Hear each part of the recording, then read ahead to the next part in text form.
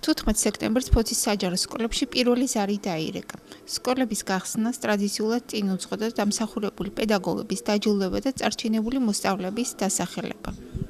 ძალიან მიხარია სკოლის დაწყება და ვილოცავ ყველა პირველ კლასელს 12 კლასის დამთავრებას და მახარებს სკოლის დაწყება. გილოცავ ყველა სასწავლო წლის დაწყებას. 15 სექტემბერი ორმაგ დაატვირთვას ატარებს მეექვსე სკოლისთვის, რადგან დღეს სკოლას 100 წლის იუბილე აქვს. სკოლის დირექტორის თამაზ პაჭკურიას განცხადებით, ამ თარიღთან დაკავშირებით სკოლას არაერთი მნიშვნელოვანი სარემონტო და სხვა სახის სამუშაოები ჩაუტარდა. ახალი სასწავლო წლის დაწყებას მიულოცავ საქართველოს ბავშვებს, ღმერთმა ბედნიერი და ჯანმრთელი ამყოფოს. ერთგვარად საიუბილეო წელია ეს წელი ჩვენი სკოლისათვის. სკოლა ჰქონდა შემუშავებული 3 წლიანი პროგრამა ამ იუბილეის აღსანიშნავად და ამ 3 წლის მანძილზე თავდაუხარელი შრომის შედეგად ესე გაკეთდა ყველაფერი, რისი გაკეთებაც შეიძლებოდა გაკეთდა.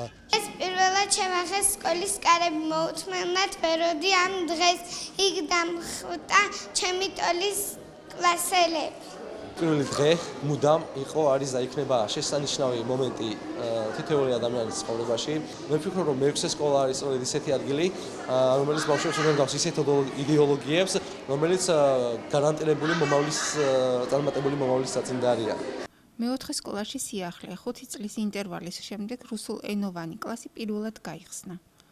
ფოთის მეოთხე საჯარო სკოლაში, ისევე როგორც მთელ საქართველოში, დაიწყო ახალი 2016-17 სასწავლო წელი. სასწავლო პროცესი დაიწყო 9 საათზე. სკოლა აბსოლუტურად მზად დახვდა პირველ კლასელებს. წელს ჩვენ სკოლაში არის სიახლე 5 წლის მანძილზე, რაც არ ხდებოდა და არ იხსნებოდა რუსული კლასი. წელს ჩვენ ფოთის მეოთხე საჯარო სკოლამ გახსნა რუსულენოვანი პირველი კლასი. ამ ეტაპზე სულ პირველ კლასში ირიცხება 65 მოსწავლე და ეს ჩვენ წარმატებად მიგვაჩნია. ვიხარია, რომ მეოთხე საჯარო სკოლაში მოვდივარ. მე ვარ პირველი კლასელი. მე-15 სკოლაში ახალ სასწავლო წელს მოსწავლეები, განსაკუთრებით პირველ კლასელები, დიდი სიხარულით შეხვდნენ. მე-15 სკოლაში ვსწავლობ პირველ კლასში და ძალიან მიხარია. პროფესიულ კოლეჯ ფაზაში ახალი სასწავლო პროცესი 21 ნოემბერს განახლდება, თუმცა დღეს ჯანდაცვის ეგიდით 9 პროფესიული ჯგუფების გადამზადების კურსები დაიწყო. გილოცავთ სასწავლო წლის დაწყებას.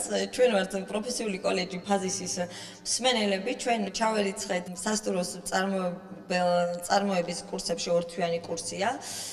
მადლობა ჯანდაცვის სამინისტროს. კოლეჯი ფაზისში დღეს კვალიფიკაციის ამაღლების გადამზადების ჯგუფების პროგრამა ხორციელდება ჯანდაცვის ეგიდით 9 სპეციალობაზე.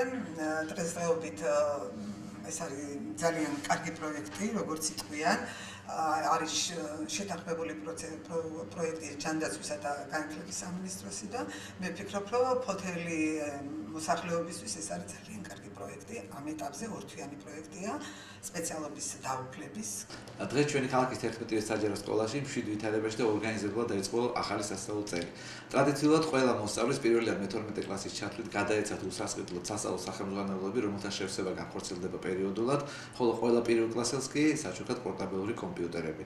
მინდა ახალი 2016-17 სასწავლო წელი მიულოცო ჩვენი ქალაქის საჯარო სკოლების 6000-მდე მოსწავლეს, მათ მშობლებსა და პედაგოგებს და განსაკუთრებით იმ პირველ კლასელებს, რომლებმაც დღეს პირველად შეაღეს მათთვის უჩვეულო და უცხო, მაგრამ ამავე დროს ძალიან საინტერესო სამყაროს კარები. მშვიდ წარმატებულსა და შინაარსიან სასწავლო წელს უსურვებ აგრეთვე სკოლების ადმინისტრაციებს, სამეურვეო საბჭოებს და ჩვენ ვჯერა, რომ ახალ 2016-17 სასწავლო წელს ძალიან ბევრი მოსწავლე გაგვახარებს თავიანთი მაღალი აკადემიური შედეგებით და ბევრი მასწავლებელი მასწავლებელთა პროფესიული განვითარების სქემის ფარგლებში მათ მიერ განხორციელებული სასწავლო აქტივობებით. დღეიდან საჯარო სკოლებში სასწავლო პროცესი ჩვეულ რიტმში გაგრძელდება.